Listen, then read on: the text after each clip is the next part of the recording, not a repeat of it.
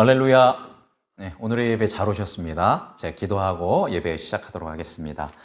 살아계신 주님, 이와 같이 오늘도 우리가 함께 영상으로 예배 드릴 수 있는 은혜 허락해 주셔서 감사합니다. 각자가 있는 곳에서 각자가 드리는 시간들 그 곳곳에 주님 성령께서 임재하여 주시고 필요한 말씀을 채워주시고 필요한 것들을 공급하여 주시길 간절히 소망합니다. 특별히 성령의 충만함을 허락하여 주셔서 우리가 세상 속에서 하나님의 방법으로 살아갈 수 있는 힘을 주시고 그 주님이 주시는 힘으로 사랑하고 섬기는 하루 되도록 인도하여 주옵소서. 누가복음 말씀 통해서 오늘도 필요한 말씀을 채워주실 것을 믿으며 사랑이 많으신 예수님의 이름으로 감사하며 기도드립니다. 아멘. 오늘 우리가 함께 함께 나눌 하나님의 말씀은 누가복음 4장 14절에서 32절 말씀입니다. 누가복음 4장 14절에서 32절 말씀, 우리 하나님의 말씀 함께 읽도록 하겠습니다. 예수께서 성령의 능력으로 갈릴리에 돌아가시니 그 소문이 사방에 퍼졌고 친히 그 여러 회당에서 가르치심에 뭇사람에게 칭송을 받으시더라. 예수께서 그 자라나신 곳 나사렛에 이르사 안식일에 늘 하시던 대로 회당에 들어가사 성경을 읽으려고 서심해 선지자 이사야의 글을 들이거늘 책을 펴서 이렇게 기록된 데를 찾으시니 곧 주의 성령이 내게 임하셨으니 이는 가난한 자에게 복음을 전하게 하시려고 내게 기름을 부으시고 나를 보내사 포로된 자에게 자유를 눈먼 자에게 다시 보게 함을 전파하며 눌린 자를 자유롭게 하고 주의 은혜의 해를 전파하게 하려 하심이라 하였더라. 책을 덮어 그 맡은 자에게 주시고 앉으시니 회당에 있는 자들이 다 주목하여 보더라.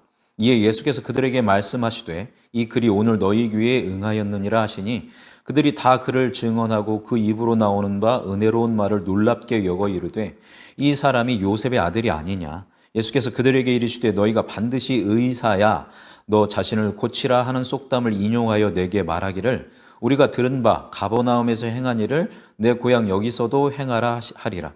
또 이르시되 내가 진실로 너희에게 이르노니 선지자가 고향에서는 환영을 받는 자가 없느니라.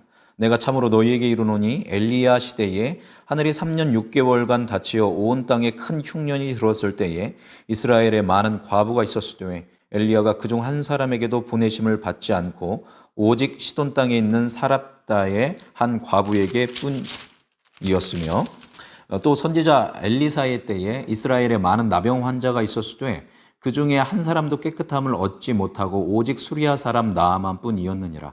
회당에 있는 자들이 이것을 듣고 다 크게 화가 나서 일어나 동네 밖으로 쫓아내어 그 동네가 건설된 산 낭떠러지까지 끌고 가서 밀쳐 떨어뜨리고자 하되 예수께서 그들 가운데로 지나서 가시니라. 갈릴리 가버나움 동네에 내려오사 안식일에 가르치심에 그들이 그 가르치심에 놀라니 이는 그 말씀이 권위가 있음이로라. 아멘. 우리 누가복음 4장 말씀 보고 있는데요. 세 번째 시간인데요. 누가복음은 총 크게 봤을 때 네 군데의 장소가 나옵니다. 첫 번째 우리가 보았던 것처럼 예수님이 요단강에서 세례를 받으시죠. 그 다음에 광야로 가서 광야에서 이제 시험을 받으시고 시험에서 승리를 이루십니다. 그 다음에 어디로 가냐면 이제 갈릴리 가버나움으로 가게 됩니다. 거기서 이제 복음을 전하고 그 다음에 다시 이제 나사렛으로 오게 됩니다. 그리고 이제 다시 가버나움으로 가면서 이렇게 이야기가 끝납니다. 오늘은 그 세 번째 장소인 나사렛에서 예수님의 동네인 나사렛에서 있던 일입니다. 예수님은 이제 성령의 충만함을 받고 갈릴리 지역을 돌아다니면서 복음을 선포하시고 놀라운 능력을 드러내시게 됩니다. 우리 14절, 15절 같이 읽어보겠습니다. 예수께서 성령의 능력으로 갈릴리에 돌아가시니 그 소문이 사방에 퍼졌고 친히 그 여러 회당에서 가르치심에 뭇사람에게 칭송을 받으시더라. 아멘. 14절 보니까 뭐의 능력으로? 성령의 능력으로 갈릴리로 돌아가셨습니다. 그리고 예수님이 사역을 했을 때 그 소문이 퍼졌고 회당에서 가르쳤을 때 예수님은 큰 칭송을 받게 되는 거죠. 그래서 이 소문은 어디에까지 퍼지게 되냐면 예수님의 고향인 나사렛에까지 퍼지게 됩니다. 가버나움에서 이 갈릴리 가버나움에서 나사렛까지의 거리는 32km입니다. 가까운 거리는 아니지만 말 없는 발이 천리를 간다고 예수님이 어렸을 때부터 자라났던 그곳에 예수님의 소문이 퍼다하게 퍼지게 됩니다. 그래서 이제 안식일이 돼서 이제 예수님이 이제 고향에 가셨는데 안식일이 돼서 이제 회당에서 예수님이 이제 설교 말씀을 하시게 됩니다. 그래서 회당에서 오늘의 말씀 해가지고 준 책이 이사야였고, 그래서 이사야에서 예수님이 61장 1절과 2절 말씀을 읽으십니다. 굉장히 유명한 말씀이죠. 신약에서도 굉장히 중요한 말씀 아닙니까? 그죠? 가난한 자에게 복음이 전하여지고 또 포로된 자에게 자유, 눈먼 자가 보게 되고 눌린 자가 자유롭게 되고 주의 은혜의 해 희년이 전파된다. 나에게 기름을 부어서 이제 메시아에 대한 말씀입니다. 그리고 이것에 대해서 예수님이 이제 강론을 하십니다. 이거에 대해서 이야기를 쭉 하니까 사람들이 놀라는 거예요. 너무 놀라운 말씀에 이제 놀라는 거죠. 네. 그랬을 때 예수님이 이 말씀이 너희 귀에 뭐했다? 응하였다라고 이야기하십니다. 이 이야기는 뭐냐면 바로 너희들이 이 메시아를 기다리고 있었는데 이 희년의 때, 이 구원의 때를 기다리고 있었는데 지금 너희 귀가 그 메시아의 음성을 듣고 있다. 그 때가 지금 이루어졌다라고 이야기하시는 거죠. 그러니까 예수님께서 본인이 누구다? 바로 이 메시아라는 것을 이제 밝히신 겁니다. 근데 이 사람들이 많은 은혜도 받고 많은 도전도 받고 놀라울 이 말씀을 받았는데 거기서 딱 뭐 한 거예요? 걸린 거죠. 왜냐하면 이 사람은 누구예요? 여기 말씀 보니까 22절 후반부 보니까 이 사람의 요셉의 아들이 아니냐. 그 이야기 뭐냐면 이 사람이 요셉의 아들 예수인 거는 우리 다 알고 있지 않냐. 목수 아니냐. 아는 거죠. 그죠? 나사렛은 큰 동네가 아닙니다. 가버나움은 큰 동네지만 가버나움에도 회당이 하나 있는데 이 나사렛은 뭐 말할 것도 없죠. 작은 동네인데 쭉 훑어보면 동네 형이고 동네 친구들이고 같이 목수 일했던 사람들이고 어렸을 때부터 나를 돌봐줬던 동네 어르신들인데 그 동네 사람들이 보기에 이 예수님은 그 목수 이상도 이하도 아닌 친구 이상도 이하도 아닌 그런 존재인 거죠. 그런데 본인이 누구라고 이야기하는 거예요? 메시아다라고 이야기하고 계신 거죠. 그러면 그 예수님이 하시는 말씀들 통해서 거기서 비춰지는 계시되어지는 이런 말씀을 받고 놀랍고 은혜는 입었지만 거기서 딱 걸리게 됨으로 인해서 그들의 마음이 바뀌게 되는 거죠. 그랬을 때 예수님은 그 마음의 중심을 보시게 되는 겁니다. 그러면서 속담을 인용하시고 가버나움에서 내가 했던 일을 한번 일으켜보라고 너희들이 하게 될 거다. 그 마음의 중심을 보고 이제 이야기하신 거죠. 그러면서 유명한 말씀하죠. 선지자는 그 고향에서 환영을 받을 수가 없다. 고향에서 환영받은 자가 없다라고 이야기합니다. 즉 이 사람들은 그 복음을 듣고도 여러 가지 자기들이 가지고 있는 편견으로 인해서 복음을 거절한 것입니다. 그랬을 때 또 예수님이 한 가지 이야기를 하시죠. 엘리야의 때에 비가 내리지 않아서 아무도 먹을 것이 없었을 때 수많은 이스라엘 사람들 유대인이 있었지만 그 엘리야의 도움을 받았던 것은 누구였다? 이 사랍다의 과부였다. 그리고 엘리야 때죠. 죄송합니다. 엘리야 때. 그리고 엘리사의 때 많은 이스라엘의 문둥병자들, 유대인 문둥병자들이 있었지만 고침을 받은 것은 누구였다? 수리아 사람 나하만 장군이었다. 이 이야기를 해준 것입니다. 이 이야기는 뭐냐면 이 너희들이 기다리고 있었던 이 메시아, 너희들이 기다리고 있었던 이 구원의 때가 너희에게 이르렀는데 선지자들을 너희 조상들이 거절한 것처럼 너희가 거절하게 된 것인데 그랬을 때는 이 구원의 메시지가 이 구원이 누구에게 가게 돼 있다? 너희가 아닌 이방인에게 가게 돼 있다라고 이야기를 하신 거죠. 이랬을 때 이 사람들이 이제 분노한 거죠. 방금 전까지 그 말씀을 듣고 놀랍게 여기고 증인이 되고 뭐 은혜를 받았는데 예수님의 이 이야기를 듣자마자 그들은 분노해서 화가 나서 29절 보면 일어나 동네 밖으로 쫓아내요. 예수님을 어떻게 했습니까? 쫓아냅니다. 그 다음에 그 동네에 건설된 산 낭떠러지까지 어떻게 끌고 가는 폭력을 행사하는 거죠. 그 다음에 밀어 떨어뜨리고자 하다. 살인하려고 하는 것까지 가는 것을 볼 수 있습니다. 지금 방금 은혜 받았던 사람들이 자기들의 뜻, 자기들의 생각, 자기들이 원했던 요구와 뭔가 달라지기 시작하니까 어떻게 됐어요? 그 분노에 사로잡혀서 쫓아내고 폭력을 행사하고 살인하려고 하는 이 자리까지 가는 악한 모습을 이 나사렛의 사람들이 보여줍니다. 그래서 예수님은 어떻게 합니까? 거기에서 하나님이 보호하셨기 때문에 빠져나오시고 31절과 32절 보면 다시 어디로 돌아가세요?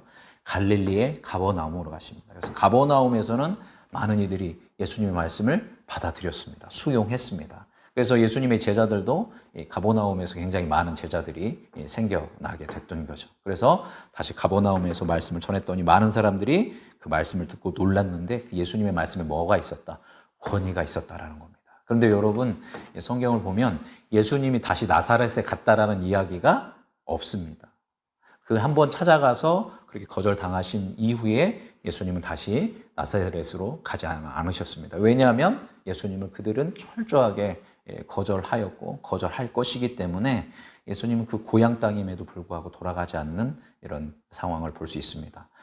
나사렛 사람들에게는 사실 이게 어마어마한 영적인 유업이 아니겠습니까?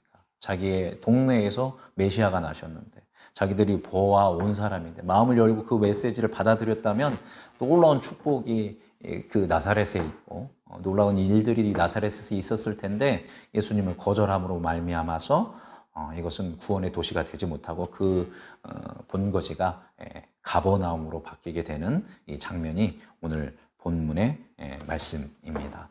그렇다면 오늘 말씀을 통해서 우리가 돌아볼 수 있는 것은 어떤 것이 있을까요?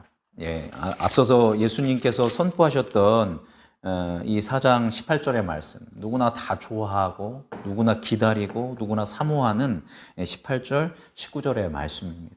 그런데 우리가 이런 말씀들을 받아들이고 말씀들을 해석할 때는 대부분의 사람들이 뭐를 가지고 하냐면 자기 사고의 틀을 가지고 말씀을 듣는다라는 거죠. 그랬을 때 나의 생각과 다르고 또는 그것이 나를 조금이라도 건드리는 것 같고 나를 공격하는 것 같으면 우리는 수용하지 못하고 거기에서 분노하게 되는 것입니다. 그래서 은혜가 되었던 그 말씀을 통해서 이제 분노하게 되고 쫓아나게 되고 또 폭력을 행사하게 되고 살인하게 되는 이런 무서운 일이 이 복음을 통해서도 말씀을 통해서도 일어나는 것을 우리는 볼 수 있습니다. 따라서 우리는 늘 하나님의 말씀 앞에 설 때에 나의 생각, 나의 뜻, 나의 정보, 나의 가치관을 내려놓고 하나님께서 나에게 말씀하시는 것이 무엇인지를 겸손한 마음으로 주님을 경외하는 마음으로 들어야 할 것입니다. 그래서 우리가 신앙생활을 할 때 나 중심적인 신앙생활을 하면 열심히 할수록 누구와 멀어지는 거예요?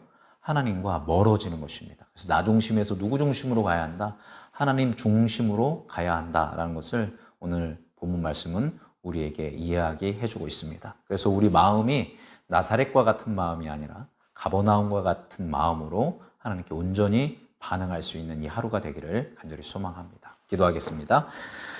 살아계신 주님, 예수님이 이제 그 성령 충만하심 가운데에 어둠의 권세 사단의 시험을 이기시고 이제 그 성령 충만함으로 갈릴리로 돌아오셔서 놀라운 권능의 말씀을 선포했을 때 그 수많은 이들이 도전받고 또 변화되고 돌아오는 은혜가 있었습니다.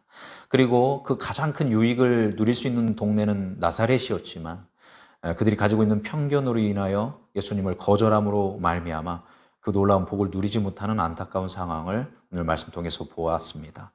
주님, 우리가 말씀을 볼 때 또 우리가 설교 말씀을 들을 때 여러 말씀들이 선포되어지는데 때로 우리는 그 말씀에 은혜 받기도 하지만 내 생각과 내 뜻과 다르다고 해서 그것을 쳐냄으로 인해서 또는 그 말씀을 듣는 가운데 분노하고 또 이렇게 나사렛처럼 반응할 때도 있는 것을 우리가 봅니다. 주님, 우리를 긍휼히 여겨주시고 우리 안에 겸손한 마음 허락하여 주셔서 주님의 말씀을 경외하며 주님의 말씀을 내 생각, 내 뜻, 내 중심적으로 받아들이는 것이 아니라 하나님의 뜻을 묻고 하나님의 생각을 묻고 하나님 중심으로 말씀을 받아들일 수 있는 지혜를 우리에게 허락하여 주옵소서. 오늘 하루도 이렇게 말씀 붙들고 살아갈 수 있도록 인도하여 주시길 간절히 소망하며 사랑이 많으신 예수님의 이름으로 감사하며 기도드립니다. 아멘. 오늘 우리가 함께 기도할 것은 코로나19를 극복할 수 있도록 하나님 이 땅에 하나님의 치유와 긍휼과 자비를 흘러 보내 주옵소서. 이 대한민국만이 아니라 이 온 세계에 코로나로 고통당하고 있는 나라 백성들을 보호하여 달라고 함께 합니다. 합심해서 기도하고 오늘 말씀 붙들고 함께 기도하고 기도하시다가 개인적 기도하시다가 주기도문으로 예배 마치시면 되겠습니다. 기도하겠습니다. 예, 주님 오늘 말씀을 우리가 기억합니다. 주님 이 말씀 따라 우리가 살아갈 수 있도록 주님 인도하여 주시기를 간절히 기도드립니다. 하나님 때로 우리가 가버나움처럼 반응하지 않고 나사렛처럼 반응할 때가 있습니다. 하나님 이런 것들을 우리가 멈추게 하여 주시고 하나님의 진리와 하나님의 계획을 알